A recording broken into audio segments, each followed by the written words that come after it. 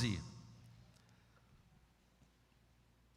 Deuteronômio capítulo 10, quinto livro da Bíblia, versículo de número 12. É um chamado do Senhor para a gente amar e para a gente obedecer. Eu espero que o Espírito Santo fale com o seu coração nessas poucas palavras, que você seja abençoado por ela, em nome de Jesus. Diz o texto: agora, Israel,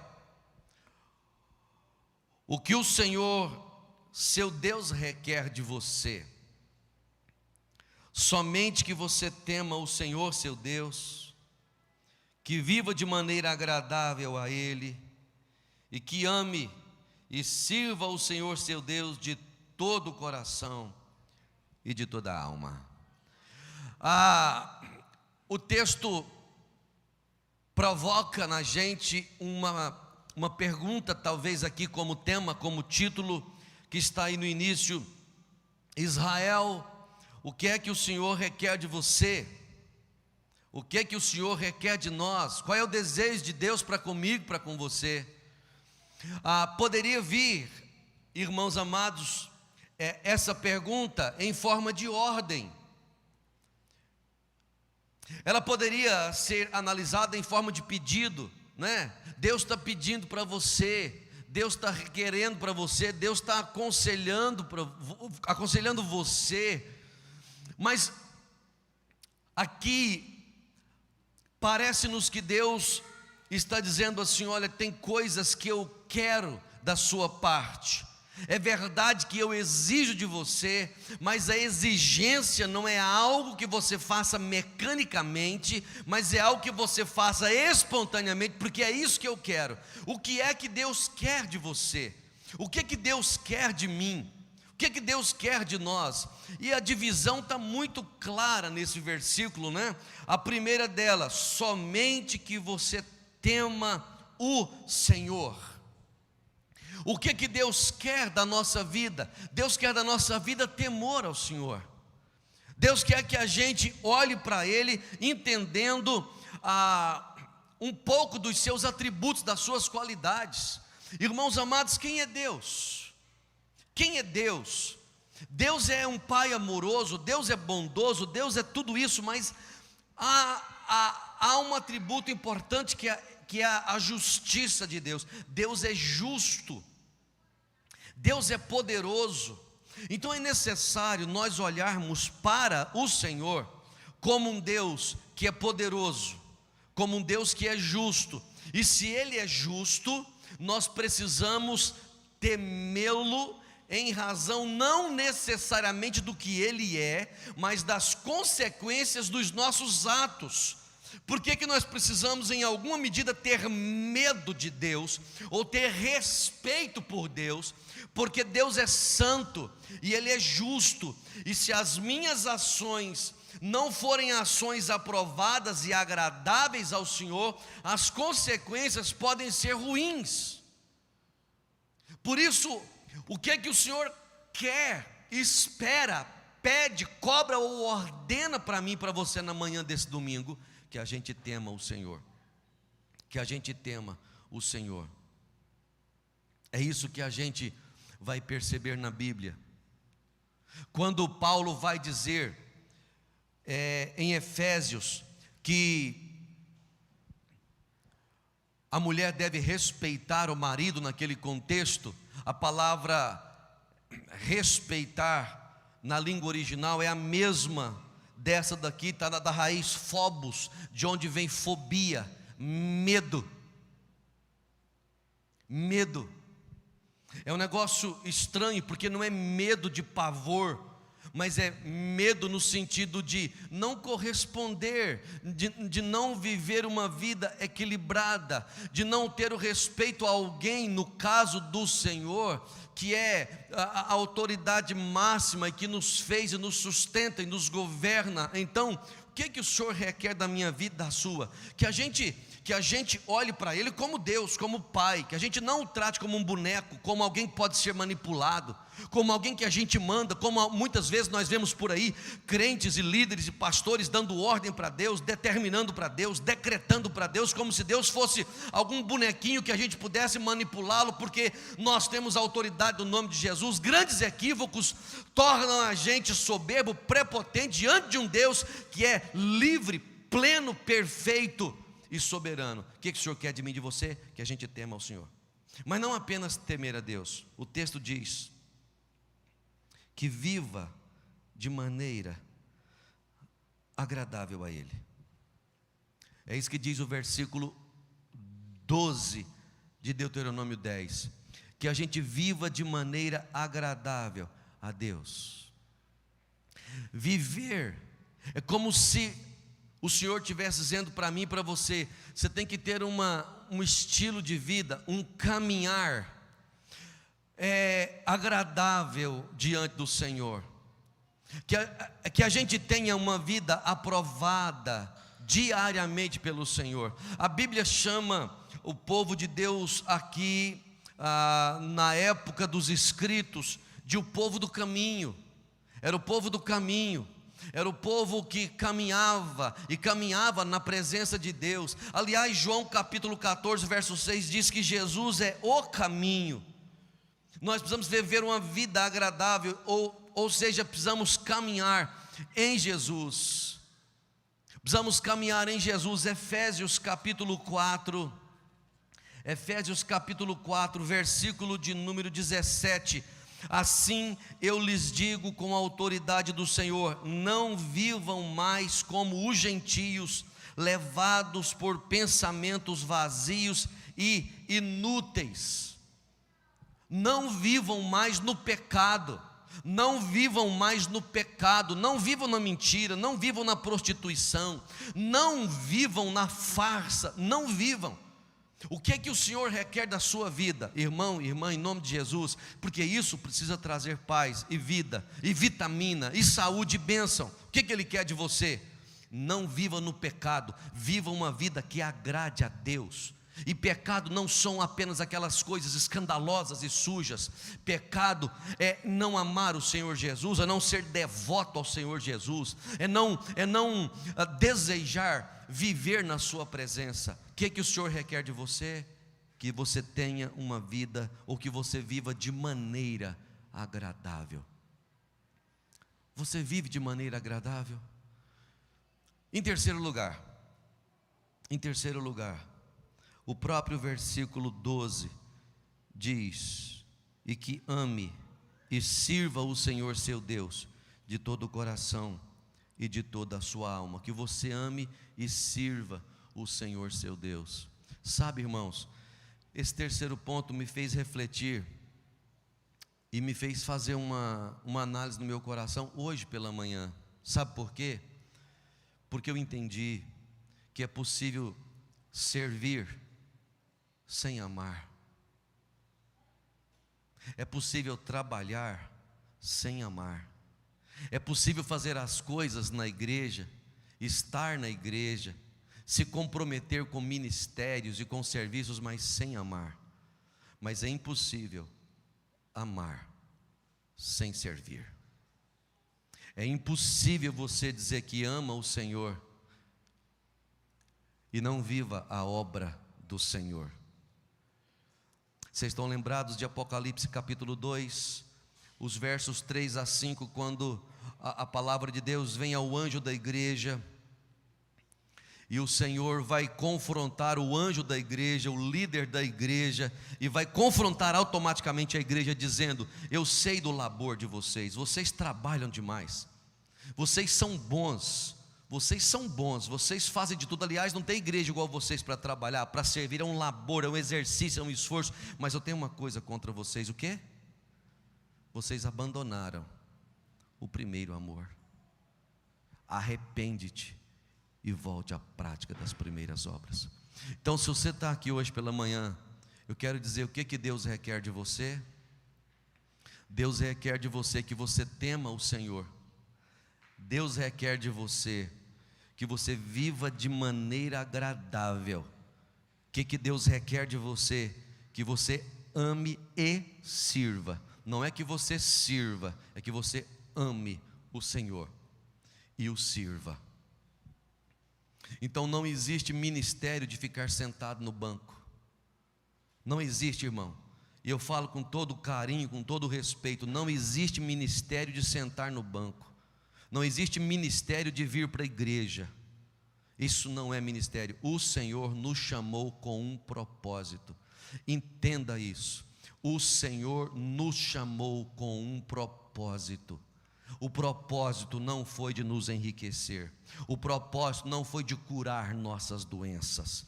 O propósito não foi de fazer a gente prosperar. O propósito é de nos fazer mais parecidos com Jesus, o Filho de Deus, o nosso irmão mais velho. Esse é o propósito, nos santificar. E claro, todo aquele que está batalhando para se parecer com o Senhor Jesus, tem uma vida de obediência, de santificação, de serviço, de renúncia, e as portas e as janelas dos céus vão se abrindo, e Deus vai abençoando, Deus vai libertando, Deus vai sarando, Deus vai prosperando, Deus vai fazendo coisas que Ele quer, da maneira que Ele quer. Mas o que Deus requer de você? O que Deus requer de mim? Que a gente tema o Senhor, e com toda sinceridade, temer a Deus com duas palavrinhas: respeito e medo. Medo. Você precisa olhar para Deus e não querer brincar com Deus, e nem com o cristianismo e com a sua fé.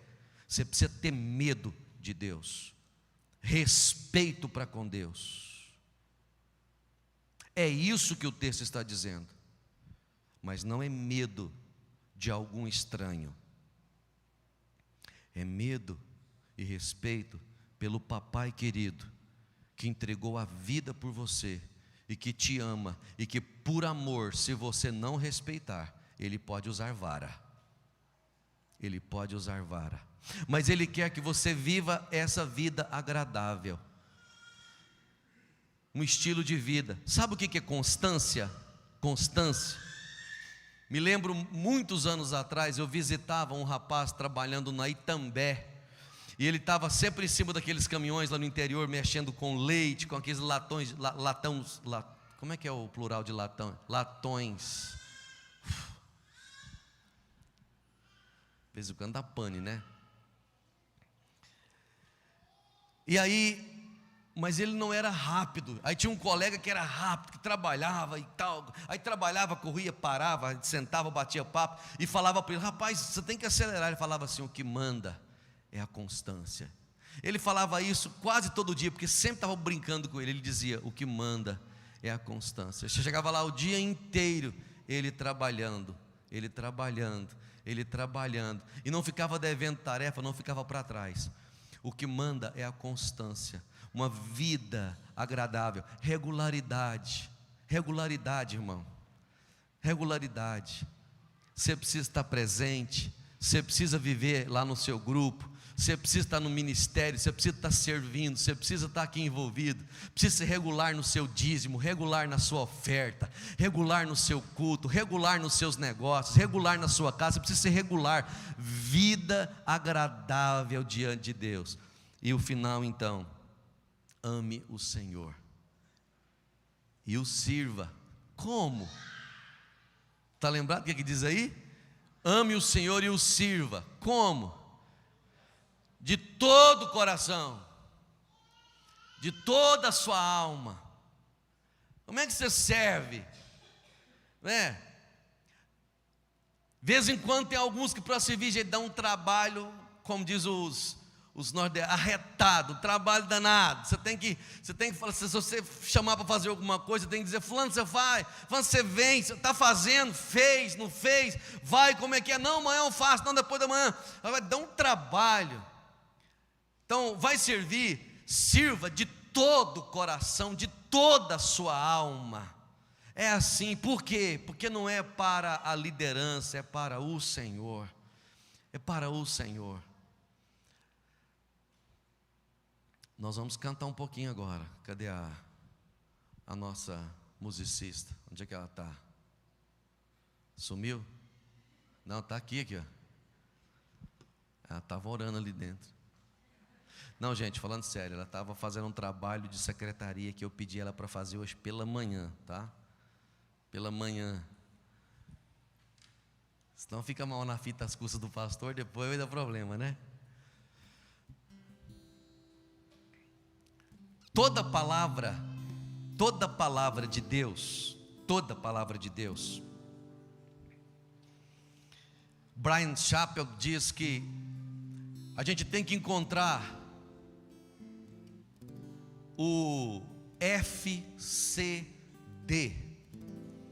Toda palavra de Deus, o pregador precisa ficar atento para o foco da condição decaída. Toda palavra de Deus tem, entre tantas possibilidades, um tratamento em relação à natureza pecaminosa do homem. Então, se o texto aqui está dizendo que nós temos que temer ao Senhor, viver uma vida agradável, amar e servir, é porque a palavra sabe, pelo Espírito Santo, que nós pecadores somos desobedientes e que muitas vezes perdemos a alegria em servir, e que muitas vezes nós caímos no pecado e vamos nos afastando do Senhor e justificamos isso de muitas formas. Se é assim, nós precisamos nos arrepender e precisamos buscar o Senhor aqui, pedindo perdão e pedindo para Ele encorajar a gente de novo. Enquanto a gente canta um pouquinho, você que entende assim, que não está vivendo assim como precisava viver, né? Não está assim tão cheio do Espírito, não está com a vida regular na oração, na palavra, e não está amando e servindo ao Senhor de todo o coração e de toda a alma, sabe que a sua vida precisa ser ajustada. Eu queria que você viesse para frente, dizendo assim: Deus, eu me arrependo da maneira como tenho vivido na Tua presença, e eu gostaria que o Senhor me encorajasse, me motivasse, me capacitasse para isso. Enquanto a gente canta, se alguém tem que fazer isso diante de Deus, com a liberdade que você tem, você vem para frente, tá bom? Vamos ficar de pé se você puder. Durante a música, Senhor, formoso és, Tua face eu quero ver, pois quando estás neste lugar, Tua graça invade mim.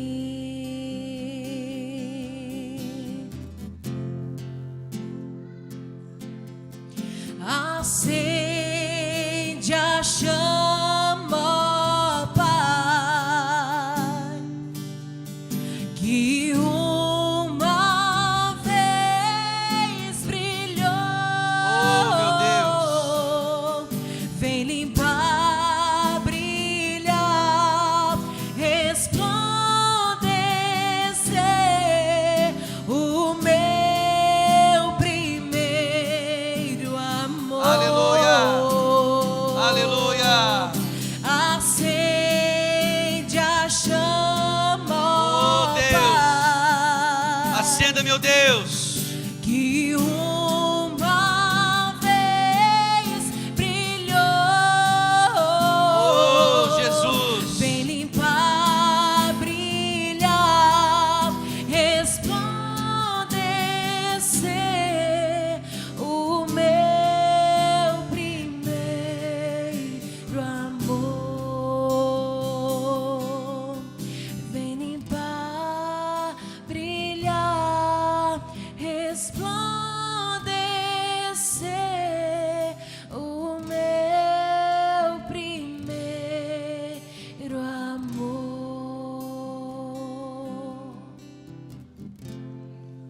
Senhor, os teus filhos estão na tua presença, estão respondendo a um chamado teu, estão aqui, ó Deus, se comprometendo na tua presença. E eu confesso que me coloco aqui agora diante do Senhor também. Nós pedimos ao Senhor perdão, pedimos perdão a Deus, porque não há como esconder de Ti os nossos pecados, não há como. Perdoa a gente, porque às vezes perdemos o temor, a reverência, o respeito, o medo pelo Senhor, pelas consequências dos nossos atos na Tua presença, e dessa forma acabamos vivendo, Senhor, uma vida que não agrada ao Senhor. Por isso estamos aqui na frente, pedindo ao Senhor, perdoa a gente, purifica, ó Deus, os meus irmãos, as minhas irmãs, purifica, Senhor, perdoa, limpa qualquer sentimento, qualquer atitude, qualquer ação, qualquer comportamento que desagradou o Senhor, um viver que desagradou o Senhor. Perdoa a gente porque não temos amado e servido como de fato o Senhor requer de nós. Então estamos aqui nos prontificando com a ajuda do Teu Espírito, por Tua graça, a temer Teu nome, a viver uma vida agradável e amar o Senhor, e servir, e trabalhar, e nos envolver com o Senhor e com a obra que o Senhor colocou na igreja, a qual somos membros, de todo o coração, de toda a nossa alma. É assim que nós queremos. Restaura, Deus, o primeiro amor, acende a chama, o fogo no nosso coração de novo, Deus. Acende a Aleluia. chama, Pai. Acenda, meu Deus, acenda. Que uma vez Oh, Jesus, brilhou. faz isso, ó Deus, derrama sobre nós. Vem limpar, brilhar, resplandecer o meu primeiro amor. Oh Deus, acenda, Senhor. Acende a chama, ó Pai. Agora, meu Deus, agora. Que uma vez brilhou. Hoje, meu Deus. Vem limpar, brilhar, resplandecer o meu primeiro amor. Vamos aplaudir o Senhor Jesus. Aleluia. Glória a Deus, glória a Deus. Podeis assentar, irmãos queridos.